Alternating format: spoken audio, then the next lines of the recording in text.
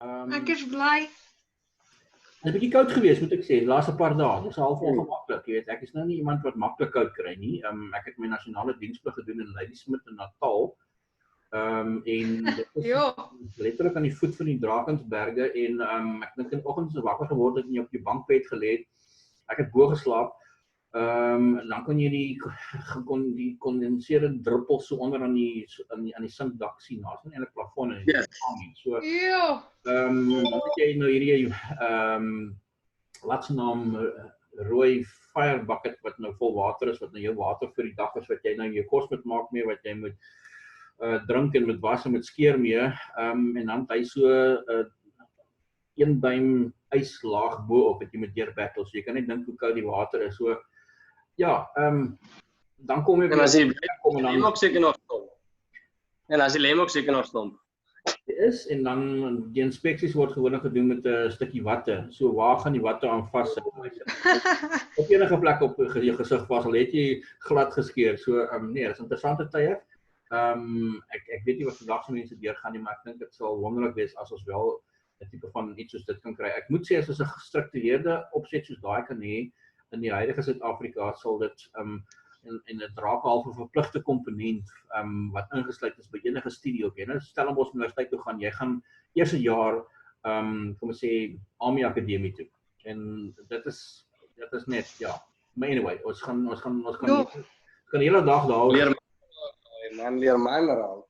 Maar ek moet sê, baie van my persoonlike ondervinding wat ek opgedoen het oor hierdie vakgebied wat ons nou oor gesels, consumer behavior, het ek actually in die weermag geleer. Jy leer bitter baie van hoe mense optree, as hulle 'n bietjie onder druk geplaas word. En ek dink as jy, koel sit tot reg rondom jou vlieg, dan om of die beste of die slegste uit te ou gewoonlik uit. So, ek moet sê Hoopelik het meneer die beste gehad. Wel, ek is nog hier, so. Nee, ek moet sê, and that's the one thing about consumer behavior as well. It's so unpredictable. It's not an exact science. I mean, and for many years, a lot of psychologists have attempted to understand, and all different models have been designed for them in their process of trying to understand how the consumer operates. And just as you think that you actually have cracked the code, the consumer's patterns change. For instance, one of the aspects, and I think we might address it in this chapter, I'm not 100% sure, is specifically multi-generational marketing. You as a marketer who have now need to understand that in a particular household, and especially now during lockdown, we have grandma and grandpa, they are from a particular generation. You've got mother and father from a particular generation. You've got their children. It's three different generations under one roof. And the way in which you market is completely different to all of them, because they all have different ways in which they respond. And that is, as I said, part of the challenge. It's just a sort of a very simplified example of how difficult it is to actually accurately determine how consumers are going to behave. And then even if they do behave in a certain way, it's no guarantee that they will continuously behave in that manner. Some external influence, a taxi that cut in front of them in the traffic this morning, or maybe the alarm not going off and you're late for work. Immediately, all those external uncontrollable aspects affect the normal way in which you would have reacted in a particular situation during that day. Let's say, for instance, you were supposed to, your class starts at 8:10. You have a certain pattern in which you get up at a certain time, you do your breakfast, then you go shower, and you've got the routine that you follow. Now, if your alarm doesn't go off, and all of a sudden that routine is your time frame has collapsed. So either you skip one of them. You're either not going to shower, you're not going to have breakfast, but you still have enough time to get to class by 8:10. But one of these other Meneer, ek moet sê dit het met my gebeur, maar net erger. is as ek gaan toer en ek's byvoorbeeld in Pretoria of Johannesburg en nou vir een of ander rede boek hulle ons vlugte verskriklik vroeg. Dan sit hier net na 6. Nou moet jy jou wekker al stel vir 4 uur. Dan, ek het 2 keer in my lewe verslaap, veral met vlugte. Gelukkig het ek dit gemaak, maar nou sukkel ek verskriklik om te slaap, want ek is so bang ek mis my vlug, of ek verslaap deur my wekker of iets. Nou sien, dit is nou van die impak wat so iets kan hê, want dit beteken nou ewe skielik dat jy het nou 'n nuwe slaappatroon aangeleer as gevolg van jou vrees dat jy gaan verslaap. Ja. Dit gaan beteken dat jy gaan op 'n punt kom wat jy gaan weens die geleidelike sleg slaap elke aand. Jy slaap elke aand sleg nie, maar jy slaap nie goed, jy kan slaap of het geslaap het nie. Ja. Op een dag gebeur dit net dat daai system crash. En dan is dit nou net miskien op daai dag dat iemand sê maar wow, hier is 'n ander gedragspatroon as normaalweg. Sonder dat hulle die geskiedenis ken, hulle weet nie van hoekom dit gebeur het nie. En dan wil hulle nou sommer heeltemal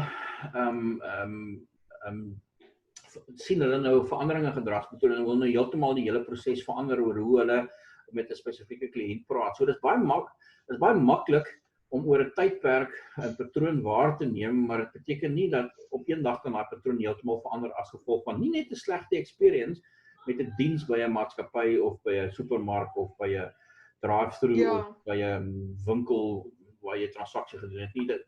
Maar ek dink dit onderstreep net die feit dat in fact people it's life. Yeah. It's the unpredictability of life, and we're trying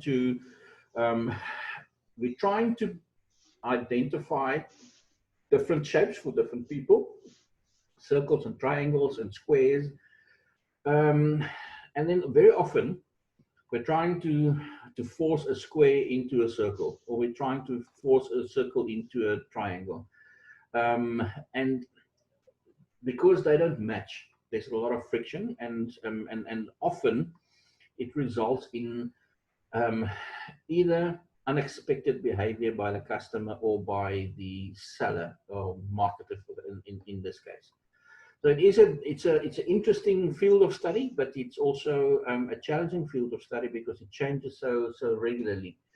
I'm going to quickly just show you two. I'm going to share the screen with two docs.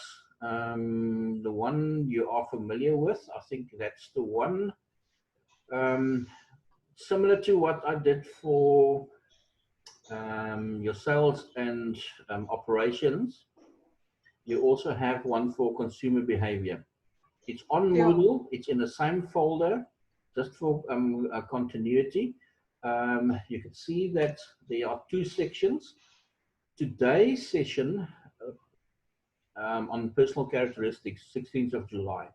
I'll upload a video of this chapter on YouTube, but I will also upload this Zoom session onto this document.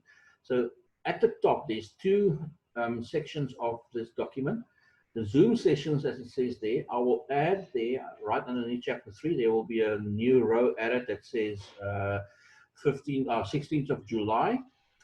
So all the Zoom sessions would be in that first category, and then all the other recorded ones, which will be every single one, will be in the following section. Okay, so that's a document that you guys have seen before, you're used to it. And then obviously I have a schedule similar to the one that, can anybody see the schedule? Well, I haven't. Nee, meneer. Can't see the schedule yet. I need to quickly share the screen with the schedule, and then we have the schedule. That's the schedule similar to the one I showed you yesterday for sales and ops.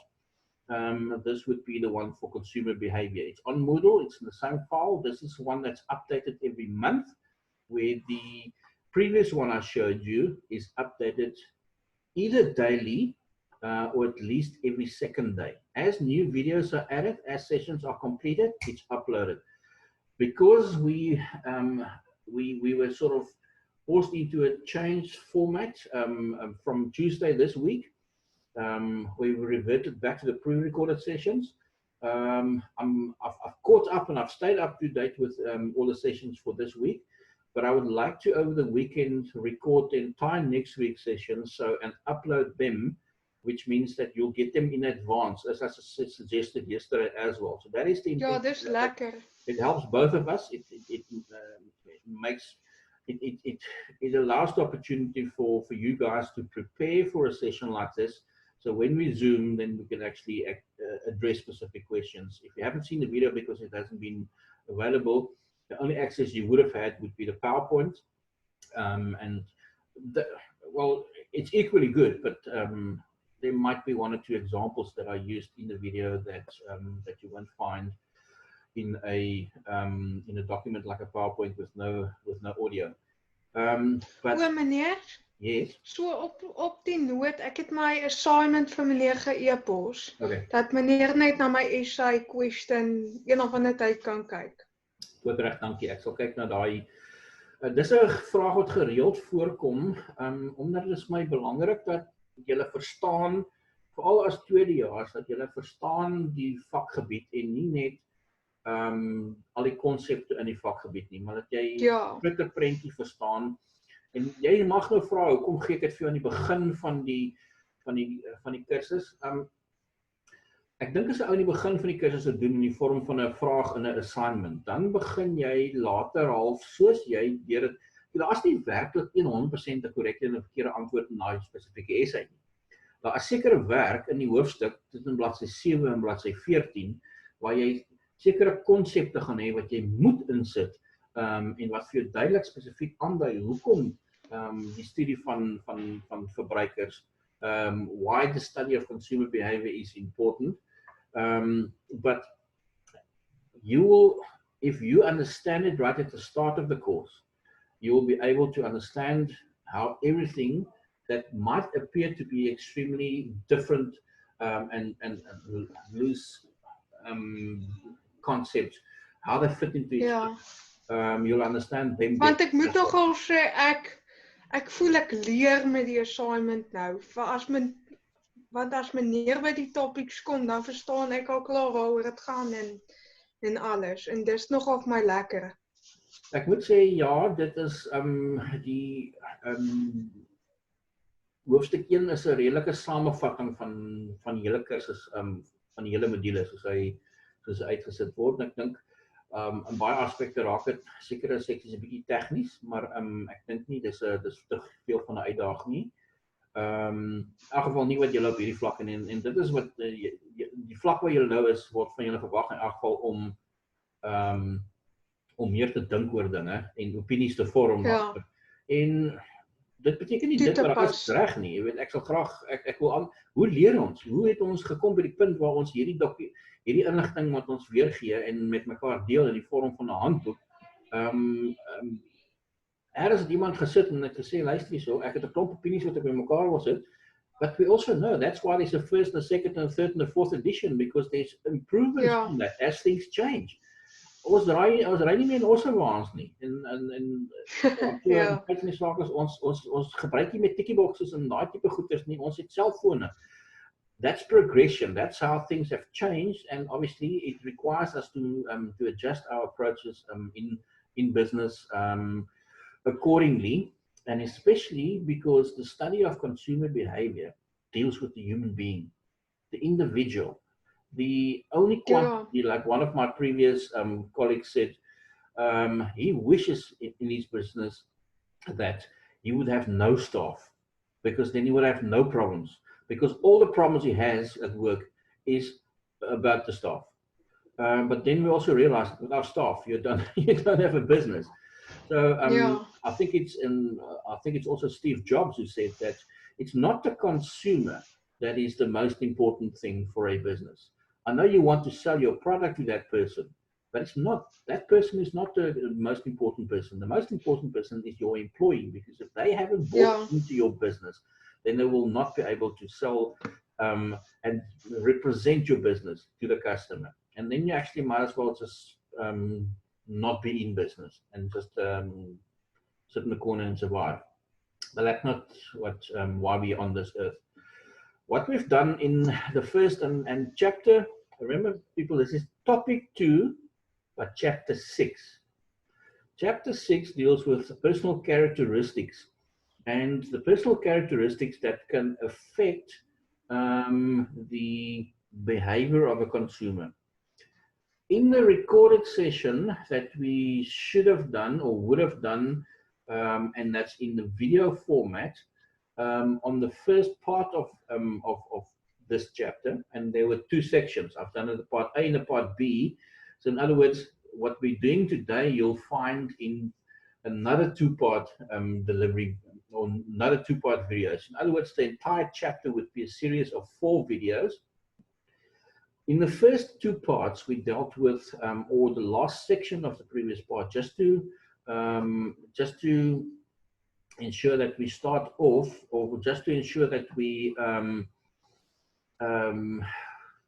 don't start in the middle of something, or you think we start in the middle of a chapter. We do start in the middle of a chapter, but to link it to the previous section of the chapter, the first part of chapter 6, is that we looked at the changing role of the woman in society. Now, the changing role of women is, the changing role of women is a reality that marketers have to face on a daily basis, because the rate at which I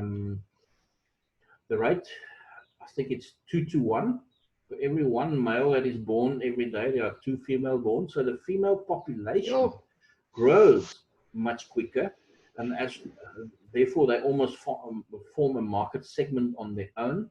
Alternatively, they have become more career orientated. They have always had the ability to become professional working women or career women, but they were due to legislation, and let's not go into that. They've for many years, I think there's been gender inequality, and as a result of that, only of late, in the last decade or so, they've really come to the fore as serious career people. And as a matter of fact,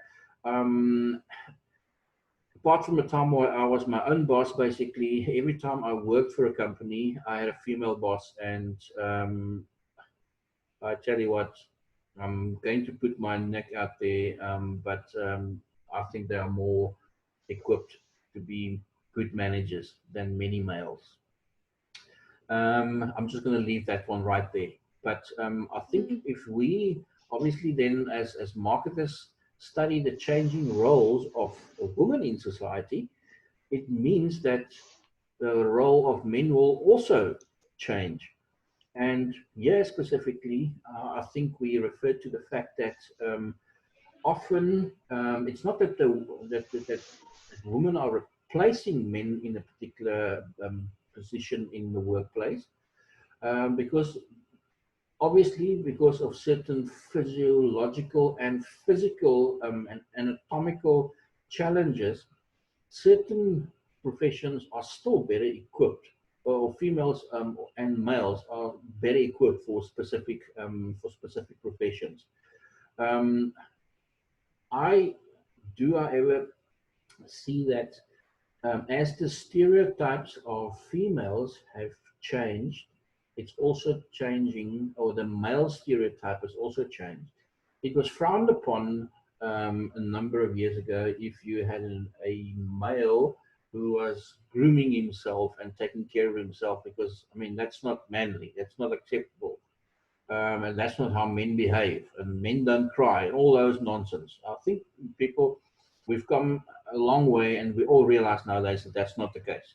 We're both human beings. We have the same capacity for emotions, and as a result of that, because you're of a particular gender doesn't mean that that you should not express that.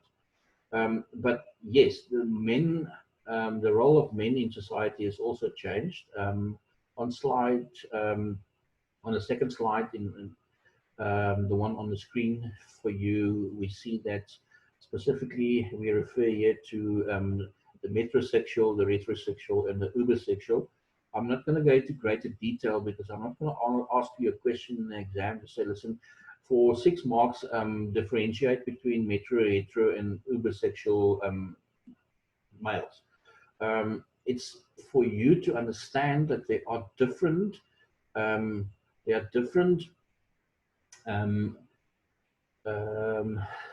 terminology that you have to be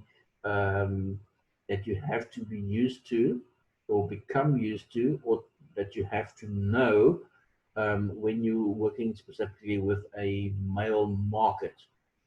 The demands for all of those different types of men would obviously be different.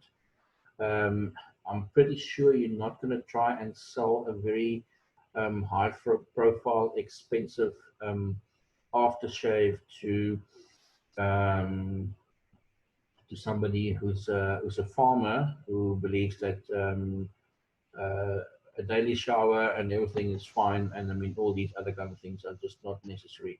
So again, based on a particular role that they fulfill, they will have specific needs, and you as marketer will target them separately and not just the homogenic male market. Interesting facts. Women spend 20% more time browsing through online catalogs on the internet than men.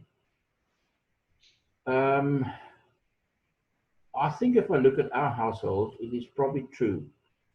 My wife do online a lot. I go online, I go to the specific site that I want to, and I order what I want, and then that's it. Or I look for information on specific items. I do shop online, but I don't browse as much as other members of my family. And you're quite right, yes, Sumeri, dit is so. Vrouens in die algemeen. Ek dink die verskil is, meneer, ons soek specials. Ja, en mans kan doen met 4 pare skoene, maar julle moet een hê vir elke spesifieke geleentheid. Ja. Ek is so met baadjies. En dis ook hoekom jy gaan nie 'n mans skoen kry wat jy vir R200 kan koop nie, maar jy gaan 'n vroue skoen kry vir R200. Omdat vrouens met 5 pare skoene hê, waar mans net 2 pare skoene nodig het. So hulle gaan 'n totale bedrag spandeer, maar kyk, as mans net so fetish oor skoene gehad het soos vrouens, dan ons byvoorbeeld so ons 3de en 4de beroepe moes gehad het om ons lewenstyl te handhaaf van dis 'n duur item, maar ek weet, ek kan onthou my eerste paar skoene toe ek nog aktief gehardloop het, hier in my laat 20s, vroeg 30s, marathons, Comrades en Oceans en daai tipe goeders. Was 'n Reebok Asterix skoen gewees, en hy het my gekos R250. Ek het nog die dag gaan 2 pare koop, een om in te oefen, een om in te reis, en ek weet, ek het vir dae lank het ek nog rondgerol gesê, kon ek nie die R500 beter spandeer het nie. Dit was verskriklik geweest, maar nou praat ons van die middel 90s. Deesdae mense, jy gaan nie eers die boks waarin die skoene kom vir R500 kan koop nie. Dit begin by R1200. Ek praat nou nie van goed wat jy kan by Tikkie kan koop en wat jy na 3 keer gedra het vir die hond kan gee met te speel nie. Ek praat nou van iets wat jy 'n oefenskoen vir daai matter. Ja. Ongelooflik hier. In elk geval. Nee, want wanneer ek moes soos my spikes gaan koop het, so 2 jaar terug, want ek het atletiek gedoen. En dit was vrek duur. Ek onthou dit was hier by 2000, amper 2000. Ja, denk ek, as jy 'n goeie skoen, en ek praat nou van 'n goeie maak en ook 'n goeie produk wat jou gaan kyk, daai tyd is al vir my gesê dat wanneer hardloopskoene ontwerp word nou vir drawers en so aan spesifiek. Dis nie net 'n sneaker wat jy dra en dit lyk nice by jeans en by verskillende klere wat jy aantrek nie. Dit is 'n funksionele skoen. Aan die ander jy gaan met hom oefen, jy gaan met hom gym toe. As jy gaan hardloop, is hy veronderstel om vir jou 'n leeftyd te hê op sy sool van omtrent 1000 na 1200 kilometer. Ja. Dit klink baie, maar vir iemand wat wat 10 km 'n dag hardloop en elke maand ten minste 1,5 marathon hardloop, raak hy 1200 km vinnig op. So skoene werk maar net soos bande vir karre. Jy weet, jy het 'n sekere hoeveelheid tyd wat op die ding is en daarna as hy net nie meer so effektief Ja. soos dit aanvanklik was nie. Maar as 'n diuretum, punt. Ek gaan vir julle gou vinnig 'n slide wys, lees dit. Ek gaan stil bly, lees hom self en dan kyk julle en sê julle vir my of dit werklik so is.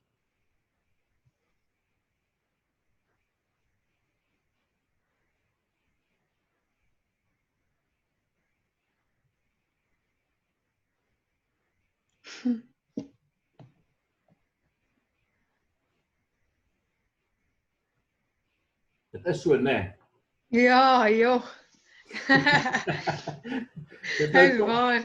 Dis nou tong in die kies, maar mense, dit is presies ek Dis dink waar, ja. ek dink dit is hoekom ek die voorbeeld gebruik het. Dit wys ons gaan op verskillende maniere reageer. Waar ons byvoorbeeld as ons nou hierdie voorbeeld vat, daar's nou 2 paragrawe se bewoording op die skerm. As jy dit vir een persoon gaan gee, of in hierdie geval is nou praat van gender differences. As jy dit vir 'n man gaan gee, gaan 'n vrou gee, gaan hulle dit op verskillende maniere lees en op verskillende maniere interpreteer. Ons leer dit van vroegdag af op skool. Die juffrou gee vir die hele klas dieselfde begripstoets, maar verskillende interpretasies kom terug in die antwoorde. So, aan die een kant is dit 'n goeie ding, want ek wil hê jy moet jou opinie vorm, want dan aan die ander kant ook maak dit die taak van die bemarker soveel moeiliker wanneer hy 'n vaste patroon, gedragspatroon van 'n verbruiker probeer bepaal.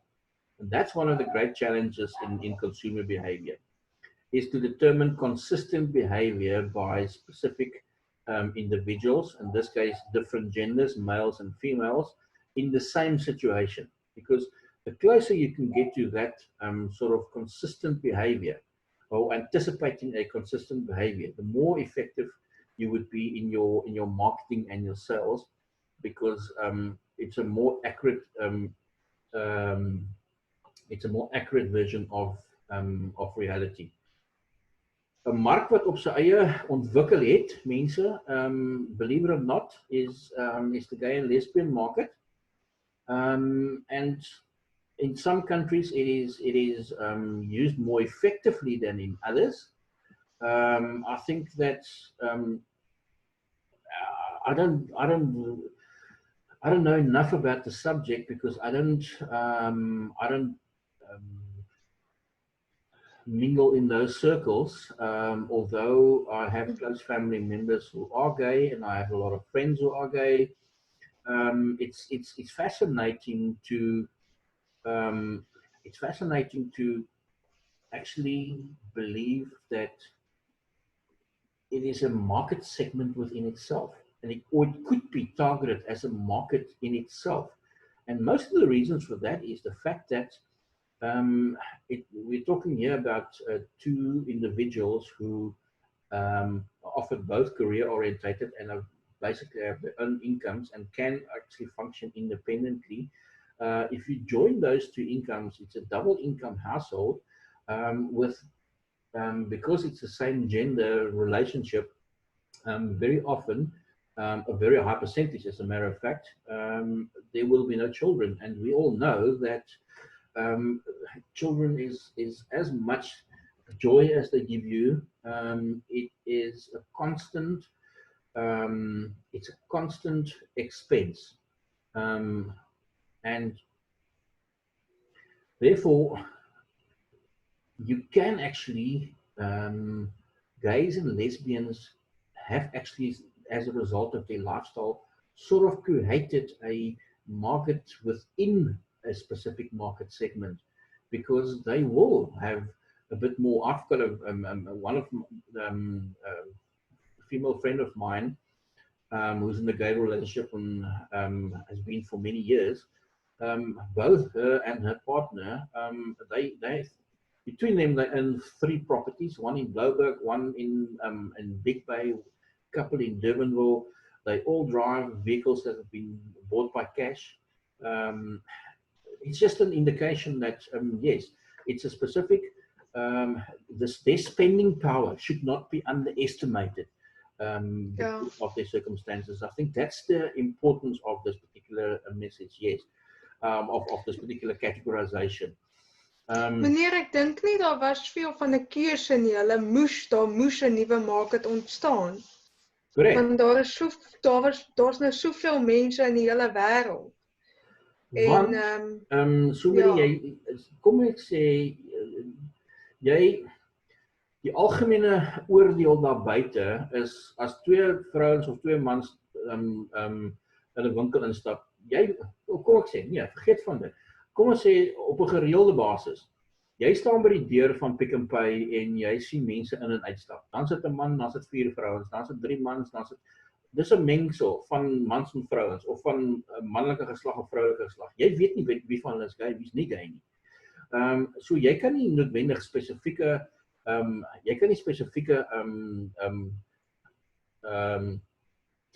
mark gaan skep vir hulle nie, maar die feit van die saak is jy moet wel besef dat daar is 'n spesifieke mark of er kan 'n mark op sy eie wees. Gevolg van die feit dat hulle koopkrag is so enorm en mens moet dit nie vergeet nie en ek dink weer eens mens moet ook aan die ander kant versigtig wees om hulle te probeer in 'n marksegment van hulle eie plaas, want dit gaan voorkom, dit gaan as 'n vorm van diskriminasie voorkom. En ek dink dit is wat ek nou hoekom wou sê, want baie mense is baie sensitief daarop. Of course. So En dit is wel 'n sensitiewe issue. Maar weer eens, ek dink as 'n ou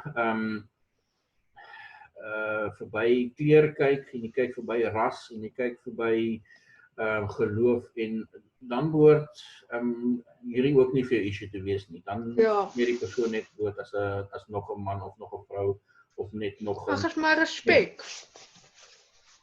Dis 'n keuse. Dit is my keuse is om vir Liverpool te skree en iemand anders sê maar jy's mal in jou kop man, hoe kan jy nou dit doen of jy het 'n spesifieke voorkeur van nee, ek dink dit is elkeen is geregtig op sy opinie en ek dink ons moet 'n bietjie meer tegemoetkomend wees en ons is baie keer oorsensitief, maar ons is oorsensitief want ons reageer op wat ons reeds gesien het in die vorige hoofstuk. Daar is en wat ons later gaan sien ook in die hoofstuk oor kultuur en subkulture. Daar is 'n sekere norm geplaas en dit word as die aanvaarde norm geplaas as gevolg van sekere waardes in sekere kulture. En omdat jy nie daaraan voldoen nie, word jy nou in 'n kategorie geplaas wat jy half geïsoleerd hou eenkant. En ek dink dis waar die groot probleem in lê. En dis waarom ons gaan vir ewig. Dit is nou weer die nuus, dit was in die nuus gewees verlede week die cricket as gevolg van sekere uitsprake wat gemaak is oor deur swart spelers dat hulle voel nog steeds geviktimiseer en nog steeds daar teen hulle gediskrimineer word. En ewe skielik sien ek vanoggend nou oorgespoel na rugby toe ook en daar's nou weer nee meneer, soos ek het gesien, ek het nasionaal het ek wheelchair basketbal vir baie lank gespeel. En toe een keer te word ons span net soos uitgegooi as gevolg van ras. Omdat daar nie rasverskille was nie.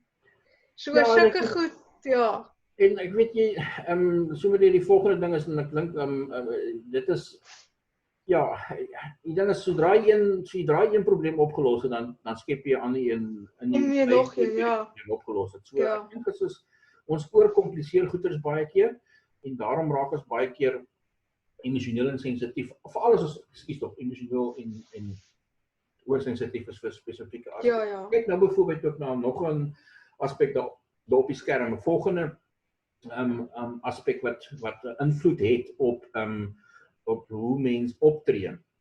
En dis jou ouderdom. It's in the news today again that they are now considering to increase the age at which you can buy and use liquor from 18 to maybe 19 or even 21. And you know what, at the end of the day, I think all of us in that regard, in this whole conversation, are missing the point completely. You have 40-year-old people who are immature and will abuse a specific substance. and then you have somebody of 16 who are mature enough to use it sensibly. Age is not going to resolve the issue like that. Education is. And as much as you're trying to change the behavior of somebody who smokes, that person is not going to, he knows it's harmful for his health, but he still smokes, and it's his choice. Respect that choice, and move on. That person has to deal with it and live with it. And I think sometimes, yeah, we're trying to be, we're trying to overcomplicate things. But age is an important aspect that we have to consider, especially if you look at the next page, you look at the different definitions of age. And I'm going to finish this before we then resume after a short break of, let's say, about 2 minutes. Or how long does it take to make a cup of coffee, Christian? I'll take 5 minutes. Okay, let's do a 5-minute break after we've done the slide. But just look at that slide and realize that there's a difference between your chronological age, your biological age, and your physiological age. Yeah, let's rather take a break before the time catches us, and then yeah, well, no, we can actually finish this. We still have a couple of minutes to go, I think 2 or 3 or so. The chronological age refers to the number of years that you spent on Earth since the day you were born. That's your chronological age. That's the birthday. If it was your 21st birthday, it's 21 years. That's the chronological age. Your biological age refers to your functional capacity over time. And some people, and especially we look at Discovery, and a lot of these medical schemes have the on their apps and on their websites, you can do a survey and you can determine what your chronological age is and your biological age is. So some people are older than their chronological age because of their lifestyle, and some of them are older than their chronological age because of bad lifestyle. And we need to obviously differentiate between them. And then also our physiological age refers to the change in people's perceptions. And that is the way people view themselves. I see myself as a 25-year-old, 55-year-old. So I think those categorizations, again, I'm not going to ask you to differentiate between them in the exam, but the fact is we as future marketers need to be aware of the fact that sometimes we are marketing to a 55-year-old, but actually that person's physiological age or even their biological age is younger or older than their chronological age. Yeah. Let's take a break here, guys. We'll make some cup of coffee. I'll see you guys in 5 minutes. Let's make it 1:45. Should I say? Is reg, meneer. Okay, good. I'll see you just now. Okay. Bye-bye, julle. Bye, meneer.